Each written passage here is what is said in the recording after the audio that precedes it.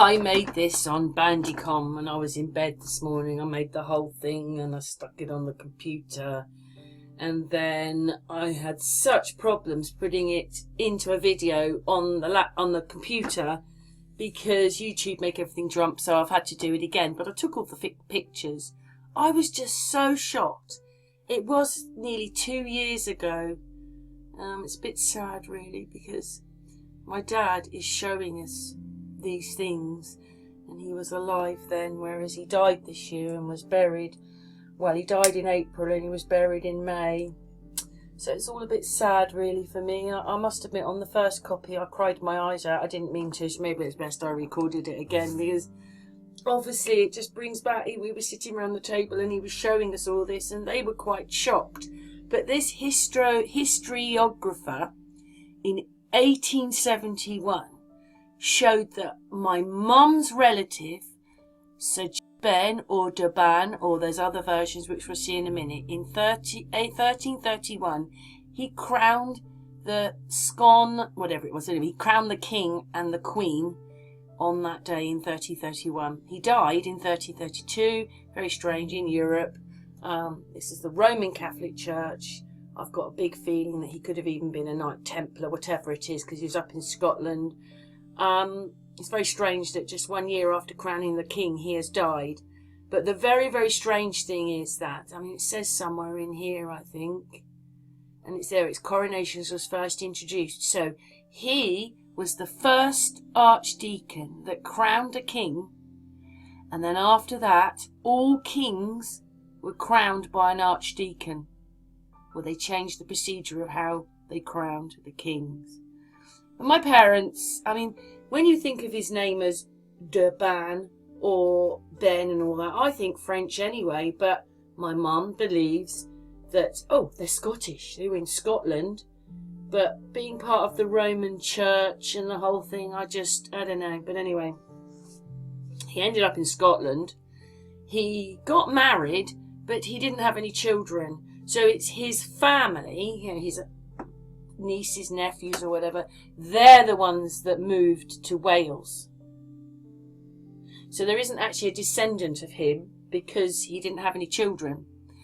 But, you know, this day my dad is showing us all these. So that, if you see any shadows, that's my dad. But anyway, so I blew it up a little bit because here it says, Sir James Ben or Deban, Archdeacon of St Andrews, in 1331 he crowned at Scone David II and his queen.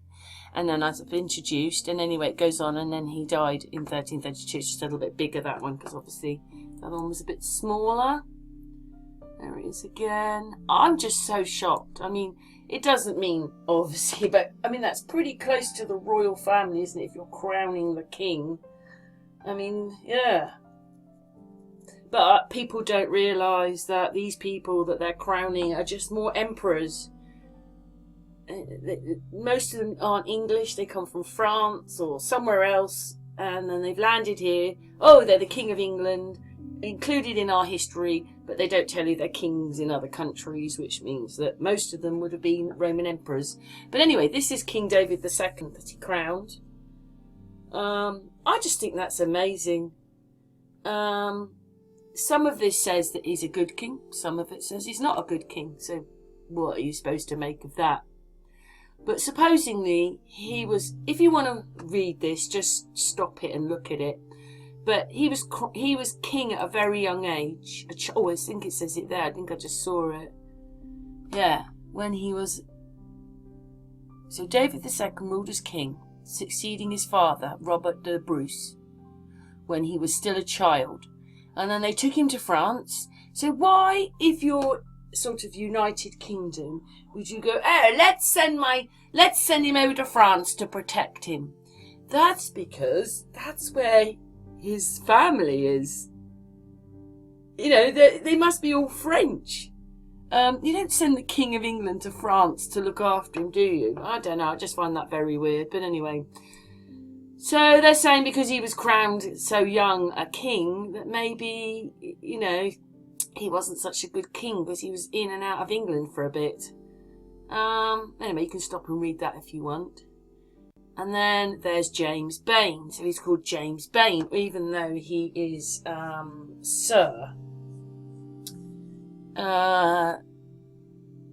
He died 1332, the Bishop of St Andrews, for a period. So weird when they say the 14th century when it's 1332. But anyway, so that's just a tiny bit. It really isn't, because that one there is in the Victorian time. There isn't that much information about him, just these little bits. James Bain was Bishop of St Andrews for a period. That's just another little thing. James Bain, they're calling him. So I suppose they could sort of get rid of him, really, because they could just change his name a tiny bit. Because you saw in here the spelling of Bain is B-E-N, or de Bain, in 1871. He was B-E-N or B-E-N, de Bain, B-A-N-E. Up here there's another word added now, Bennett. So he was Bain, Ben, or Bennett. And there's more of them, so it's all a bit strange, really. There's that one, yeah, Roman Catholic Church. And he died in Bruges. So not even in the country that he was looking after as Archdeacon. So that's all a bit strange. Anyway, you can stop and read any of these if you want. There it is again. Sorry, I'm just so shocked at that. Because how often do you get a piece of paper that your family crowned a king? And then that's about the king's death.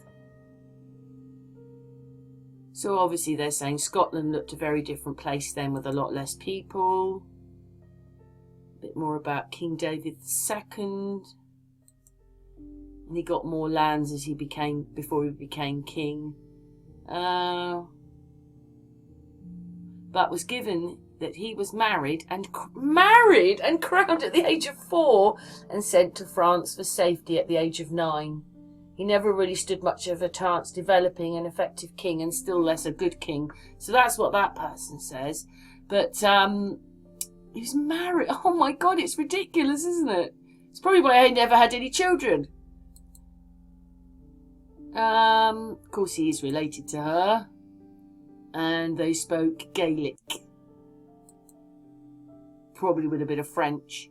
But that King David, it says, unless I've got the wrong king, that he was from the tribe of Judah. That could be his dad. So here, it tells you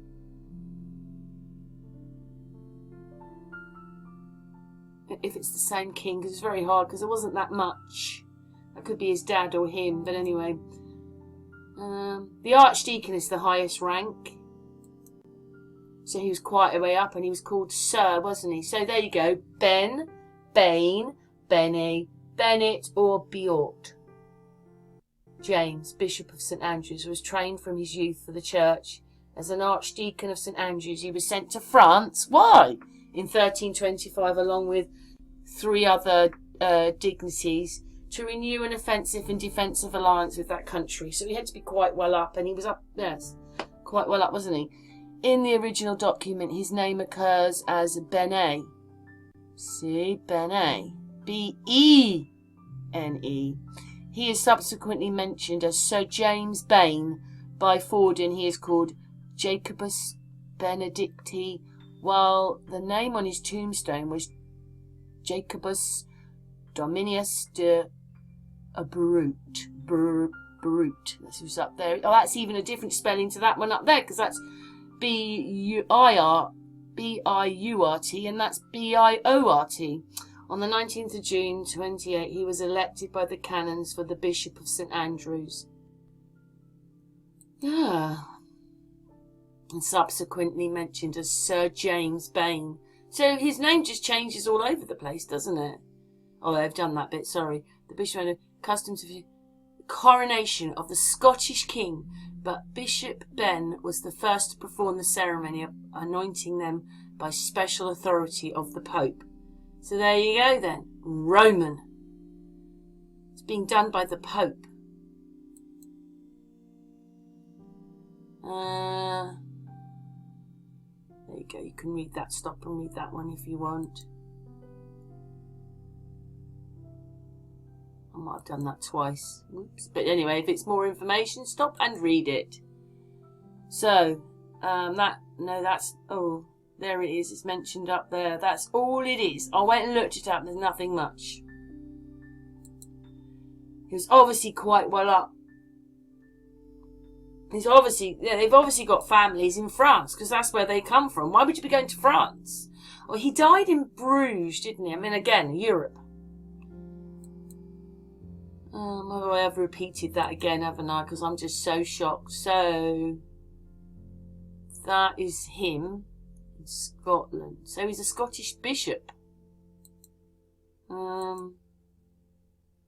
There's a bit more about his name.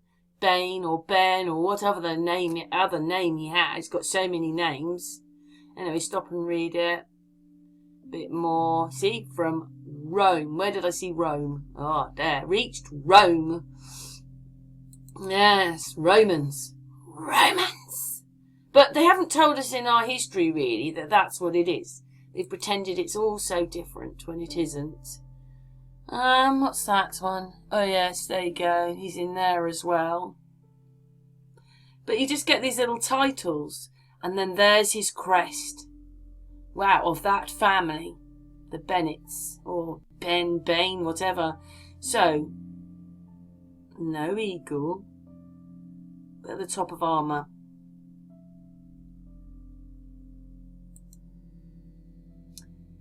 There you go. Anglo-Saxon. Bit more there. Yeah, James Bane, Bennett, or Biot. There it is. He was sent to France along with, there you go, I've repeated that one. Or it's just repeated. That's all the information there is about him. There is no more stuff. And there's the crest for that family. That's the beginning of it. Yeah, it's cannot come through right. Different spellings, Anglo-Saxon. There you go, just a bit more information. We're coming to the end of the pictures now, but, you know, I know that we're saying it again. Oh, let's just go back. Gotta go back. I gotta go back. Where are we? Wrong one. This one. It's in that one, or is it in? Let's have a look at that one. Oh no, it's this one. So, very sad day for me when I look back and think my dad was holding that piece of paper. My mum's distant uncle, crowned. Well, distant as in years, I mean. But obviously, that, you know, his uncle, her uncle rather, crowned the King of England. Who else can say that? Isn't that incredible that you find that out? But as I say, my mum thinks she's Welsh. Then she found out through this that the family had come from Scotland. But it looks even more than that because that name is not Scottish. Is it? I'm going to look up. Oh, it said Anglo-Saxon. Well, the Anglo-Saxons are Scandinavia and Germany. So maybe the name he's got is from there, but obviously it sounds more French to me, but, yeah, still the Romans. Put into this country, that's what I think, to do whatever it is, and that's if that's true. But anyway, what I like was that document was done in 18-something, and the last point I want to make is, because obviously I can't, you know, my mum's just got that piece of paper. There's not much information about this person on the computer, and there's only a little bit on that document. The document tells you how everybody's related, like birth charts. There's much more of that than there is, you know, names and families, than there is telling you who you're related to, than what country his family came from, the whole thing. It's a bit difficult.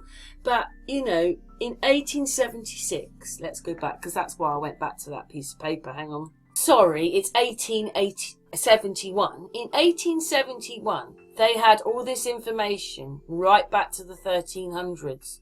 So if you don't believe that they've got all this stuff written down and our true history and what's happened to us, they are liars. And to cover it all up with these Roman emperors and pretend that they're English kings when they're not, they come from other countries and all that crap. It's just crap, isn't it? So I'd love to know the true story of this, but in 1871 they could find all that out without computers, etc., etc. So what's your real thoughts to that? And don't forget to bow to me. No, I'm only joking. That's a joke. I'm not into all that. I was a bit like, oh no! But in a way, it's quite incredible to think that one of my relatives, after the way I feel about the royal family, maybe this was more, they were more real, because today they're not. They're just not. They're computer composites today. But, yeah, I was just, but again, that's 1871. Anyway, thanks for watching.